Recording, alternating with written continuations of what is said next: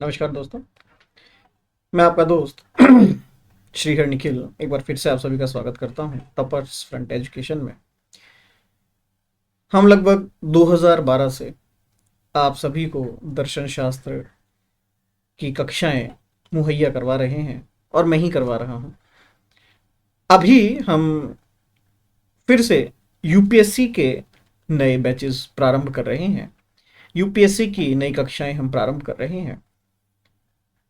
UPSC की जो philosophy है उसके बारे में कुछ हम चर्चाएं कर लेते हैं कि आखिर क्या समस्याएं बच्चे फेस करते हैं, क्योंकि लंबे टाइम से मैं भी फिलॉसफी से जुड़ा हुआ हूँ। लंबे टाइम से यूपीएससी, यूपीपीएससी, आपका Bihar public service commission, Chhattisgarh public service commission, NTA, net, ये सारे एग्जाम्स की तैयारी मैं करवा चुका हूँ। ये सारे एग्जाम्स के स्टूडेंट्स मेरे पास आते रहते हैं, क्लासेस लेते रहते हैं।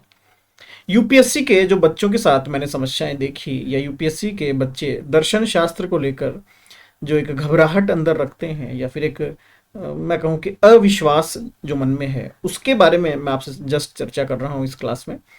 उसके बाद हम कोशिश करेंगे बहुत जल्द यूपीएससी के सेपरेट बैचेस हम शुरू करें। हमारा एप्लीकेशन है, प्ले स्टोर पे आप जाएंगे, टॉपर्स फ्रंट एजुकेशन एप्लीकेशन आप वहाँ से डाउनलोड कर सकते हैं। कक्षाएं कैसे होगी, क्या क्या रणनीति होगी और बच्चों के सामने क्या क्या समस्याएं आती है, उन सब पर मैं चर्चाएं करूंगा। चूंकि मैं खुद 2012 से इस विषय से जुड़ा हुआ हूं, तो लगभग कितना समय हो गया आप देख सकते हैं। और ऐसा नहीं है कि दर्शन शास्त्र में समस्याएं ही समस्याएं हैं, ऐसा नहीं है। दर्शन शास्त्र बहुत अच्छा सब्जेक्ट है और यूपीएससी पॉइंट ऑफ व्यू से अगर आप देखेंगे तो हम कहते हैं कि इसका सिलेबस बड़ा छोटा है। तो वो तो है, वो जेन्युइन है, वो वास्तविकता है, उसमें कोई दो राय नहीं है। सिलेबस छोटा है, अंडरस्टैंडिंग भी है, आप इजीली उसके ऊपर ग्रिप कर सकते हैं, आसानी से आप उस पर पकड़ कर सकते हैं। मेरी बात मत मानिए, आप प्रीवियस ईयर क्वेश्चन पेपर्स उठा लीजिए, आप पाएंगे कि काफी क्वेश्चंस तो ऐसे हैं जो रिपीट होते हैं। काफी क्वेश्चंस ऐसे हैं जो हमेशा रिपीट होते हैं। मान लीजिए मैं कहूँ साहब न्याय दर्शन, इंडियन फिलोसफी की बात करता हूँ, तो न्याय दर्शन के स्पेसिफिक क्वेश्चंस हैं, सेट क्वेश्चंस हैं, नए क्वेश्चंस वहां पर नहीं बनते हैं। तो आपको कंफ्यूज होने की आवश्यकता नहीं है। मैं कहता हूँ चार वार्ग दर्शन, तो चार वार्ग दर्शन जब सिलेबस में टॉपिक ही मेरे पास दो या तीन है, तो अगर एक बेसिक अंडरस्टैंडिंग डेवलप हो गई कि साहब चार वार्ग की मुझे तीन या चार बातें याद रखनी है। पहला कि वो प्रत्यक्ष के अलावा किसी को एक्सेप्ट नहीं करते हैं। दूसरा, वो जो भी है, चाहे ईश्वर है, चाहे स्वर्ग है, चाहे नरक है, चाहे मोक्ष है, चाहे सुख है, चाहे दुख है, जो भी है, अगर वो परसेप्शन या प्रत्यक्ष में आता है तो वो एक्सेप्टेबल है, अदरवाइज वो एक्सेप्टेबल नहीं है। That's it. ये एक आप बेसिक अंडरस्टैंडिंग अपने दिमाग में रख लीजिए। अब आप क्वेश्चन आने दीजिए, कोई सा भी क्वेश्चन आएगा, आपके पास एक अंडरस्टैंडिंग है। तो आप देखिए प्रीवियस ईयर क्वेश्चंस उठा के कोई नया क्वेश्चन, ठीक है बीच में एक लॉजिक्स का क्वेश्चन इन लोगों ने डाल दिया था तो बच्चे घबरा गए थे, क्योंकि यूपीएससी में लॉजिक्स नहीं चलता है और हमारे नेट के अंदर लॉजिक्स बहुत अच्छा चलता है। नेट के अंदर तो बाकायदा यूनिट एक जो है डेडिकेटेडली लॉजिक्स की है, यूनिट संख्या 9 जो है। तो केवल यही नहीं, अगर आप देखेंगे न्याय दर्शन में हिडन लॉजिक्स तो हैं। अब यूपीएससी ने उसको कहीं ना कहीं क्लासिफाइड नहीं किया हुआ है, यूपीएससी ने उसको एक्सप्लेन नहीं किया हुआ है कि इसमें लॉजिक्स भी आता है। बट ये आपको एक कॉमन सेंस रखना पड़ेगा कि जब मैं न्याय दर्शन पढ़ता हूं तो न्याय दर्शन इंडियन स्कूल ऑफ फिलोसफी की एक लॉजिकल स्कूल है, वो तार्किक बात करेगा, तो वहाँ लॉजिक्स भी होंगे, तो लॉजिक्स हमें पढ़ने पड़ेंगे। तो ये तो एक मैं कहूँ ना छिपा हुआ टॉपिक है जो आपको ढूंढना पड़ेगा, जो आपको पढ़ना पड़ेगा।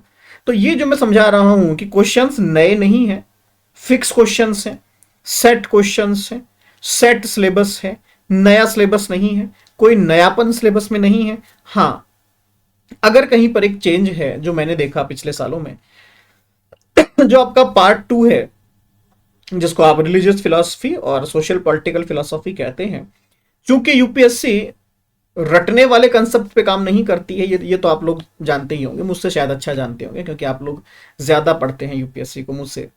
तो आपने ये तो कंफर्म किया कि वहां पर रटंत विद्या नहीं है, रटने वाला कंसेप्ट यूपीएससी एक्सेप्ट नहीं करता है।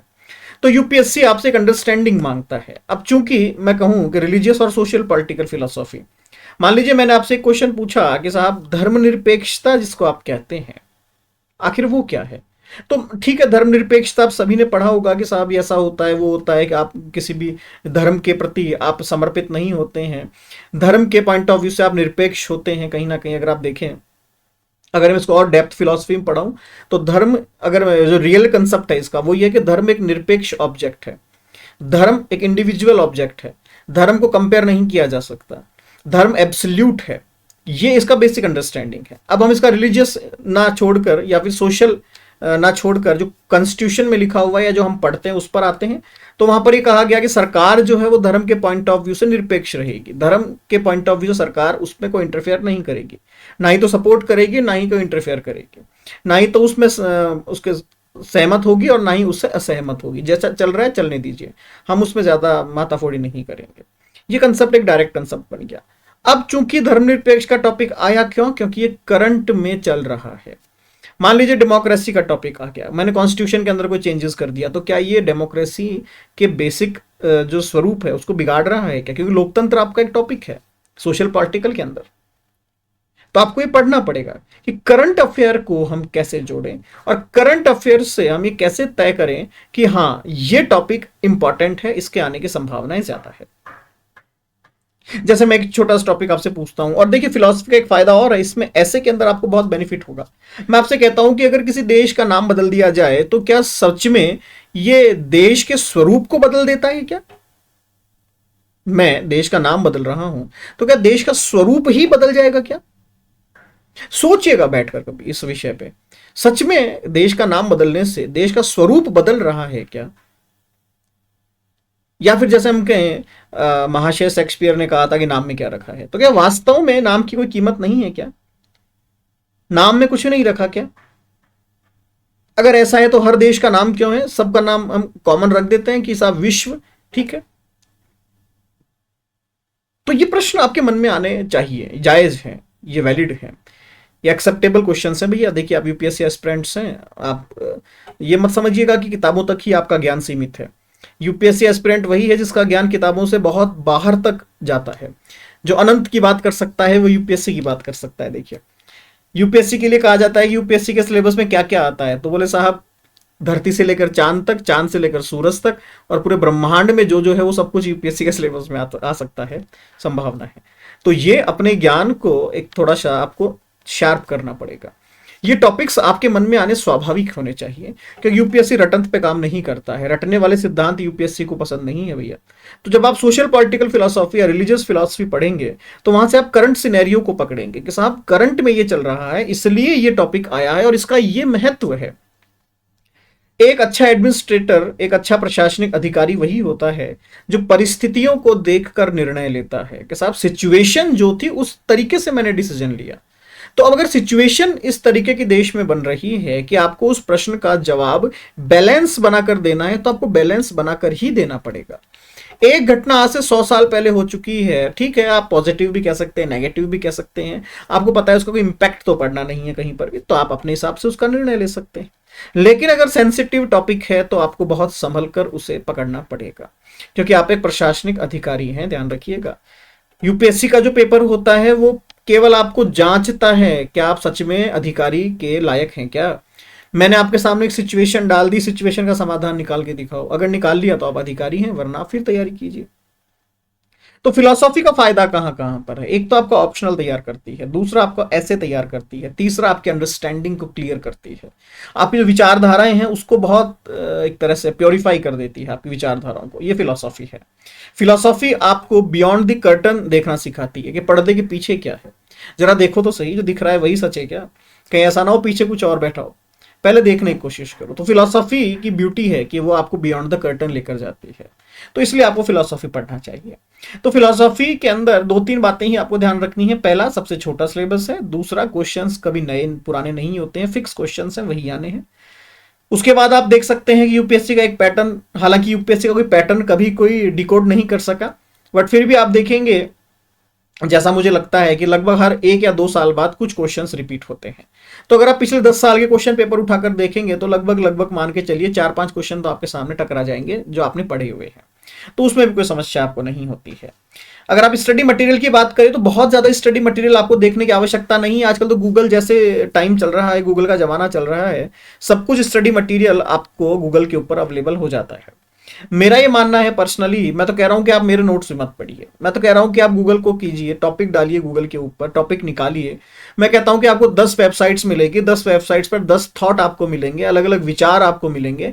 उन विचारों से फिर आप अपना एक नया विचार बना लीजिए और फिर आप देखिएगा उसकी ब्यूटी कैसे निकल कर आती है, वो एक अलग ही लेवल का थॉट निकल कर बाहर आएगा। तो ये सब कुछ आपको खुद को करना पड़ेगा। स्टडी मटेरियल की देखिए समस्या बहुत पहले थी, आज नहीं है। और फिलॉसफी को लेकर मेरा हमेशा ये मानना है कि जितने भी बुक्स है फिलॉसफी की, वो कंप्लीट बुक्स नहीं है। कंप्लीट क्यों नहीं है? क्योंकि वो कॉलेज एजुकेशन के लिए बनी हुई बुक्स है। और कॉलेज एजुकेशन के अंदर हम देखते हैं कि किसी किताब से मैं 4 टॉपिक उठा रहा हूं, किसी किताब से मैं 5 टॉपिक उठा रहा हूं, किसी किताब से फिर मैं 2 टॉपिक उठा रहा हूं। ऐसे करके मेरे पास इतनी सारी किताबें इकट्ठी हो गई। अब मैं किस किताब से क्या पढ़ूं, मुझे कंफ्यूजन हो गई, क्या करूं मैं? इससे अच्छा ये है आप क्लासेस लीजिए, क्लास के अंदर हम जो बता रहे हैं, हम जो पढ़ा रहे हैं, या हम जो पीडीएफ आपको दे रहे हैं, आप उसको अपने पास एक सेट पैटर्न पे रख लीजिए। उस पैटर्न के अंदर कुछ समझ में नहीं आता है तो हम डिस्कस करेंगे, हम उसके ऊपर चर्चा करेंगे। टॉपिक के अंदर क्वेश्चंस निकलते कैसे हैं, टॉपिक के ऊपर क्वेश्चंस के आंसर बनाए कैसे जाते हैं, उस पर हम लोग चर्चा करेंगे कि साहब इसका उत्तर इस तरीके से बनाया जा सकता है, जिसको हम कहते हैं ना आइडल आंसर। हालांकि देखिए मेरा एक दृष्टिकोण अलग है, क्योंकि हम फिलोसॉफी के हैं तो हमारा दृष्टिकोण हमेशा अलग ही रहेगा। आइडल जैसा कुछ नहीं होता है, आदर्श कुछ नहीं होता है। जिसे आप कह रहे हैं कि आदर्श आंसर है और अगर एग्जामिनर ने उसमें नंबर नहीं दिए तो आप क्या कर लेंगे?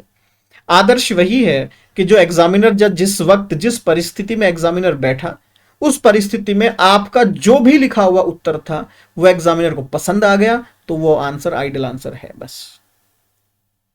और इसके अलावा आदर्श उत्तर कुछ नहीं होता है। हाँ, एक थोड़ा सा एक परफॉर्मा है आइडल का, जो मानते हैं कि साहब जो प्रश्न में पूछा गया है वो उसी अनुपात में आप सिर्फ बता दीजिए, दैट्स इट, वो एक अच्छा उत्तर बन जाता है।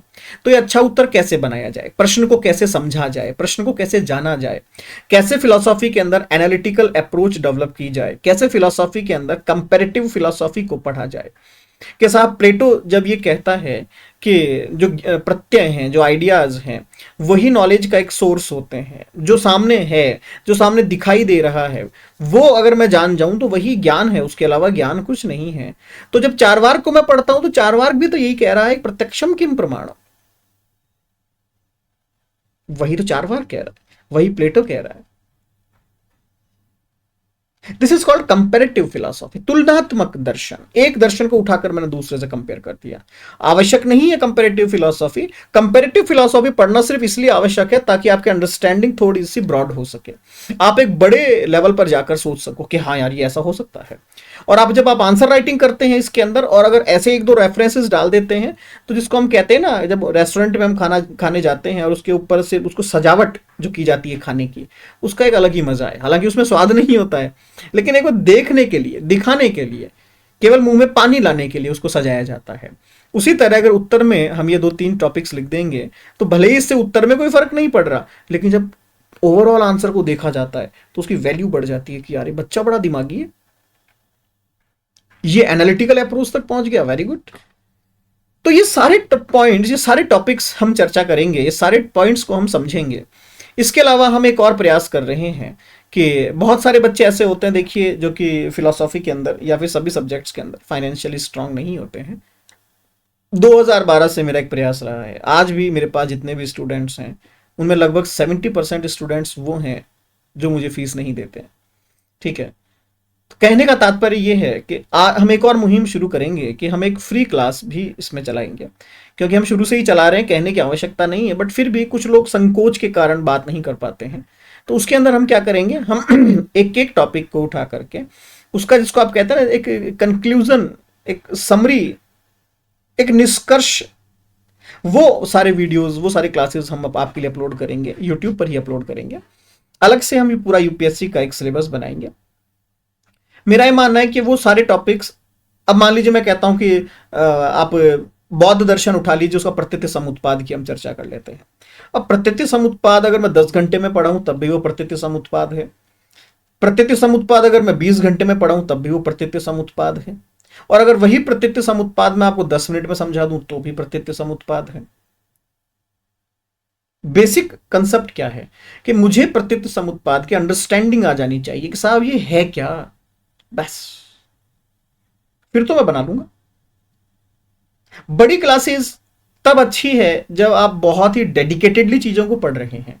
बट जब आपको एक ओवरव्यू ही लेना है, आपको जस्ट ऊपर से ही देख के निकलना है, तो उसके लिए बड़ी क्लासेस का मेरे हिसाब से महत्व नहीं है। क्योंकि हम भी जब विद्यार्थी थे तो हमें भी बड़ा इरिटेशन होता था, अरे यार ये क्या इतनी बड़ी क्लास है। तो इसमें हम प्रयास करेंगे 10-10 मिनट की ऐसे छोटे छोटे टॉपिक्स बनाएंगे हम, कि साहब चारवाक हो गया, जैन हो गया, बौद्ध हो गया, इसको हम नास्तिक दर्शन में उठा करके, फिर आस्तिक दर्शन उठा करके, फिर हम देखेंगे भारत में एक ऐसा दर्शन भी था जो पूर्णतः भौतिकवादी दर्शन था, कंप्लीट मेटलिस्टिक फिलोसॉफी। हम देखेंगे कि एक फिलॉसफी ऐसी थी भारत के अंदर जो कंप्लीट एथिस्ट थी, उसके जैसा कोई कभी नहीं हो सका। हम देखेंगे एक फिलॉसफी ऐसी भी थी जो कंप्लीट थेइस्ट थी, पूर्णतः है आपके, जिसको आप कहते हैं ना कि एक आस्तिक। अच्छा, नास्तिक और आस्तिक के अंदर ही बड़ा डिफरेंस है यहां पर।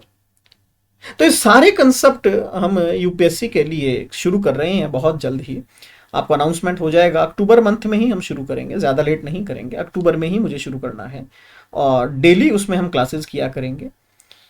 स्टूडेंट्स का पॉइंट ऑफ व्यू है, अगर विद्यार्थी कहेंगे सर लाइव सेशन तो हम लाइव सेशन करेंगे, विद्यार्थी कहेंगे कि सर नहीं हमें तो रिकॉर्डेड से काम चल जाएगा तो हम रिकॉर्डेड करेंगे। मेरी प्रेफरेंस लाइव सेशन की है, मैं पहले बता देता हूं, तो आप लोग उसके हिसाब से तय कीजिएगा।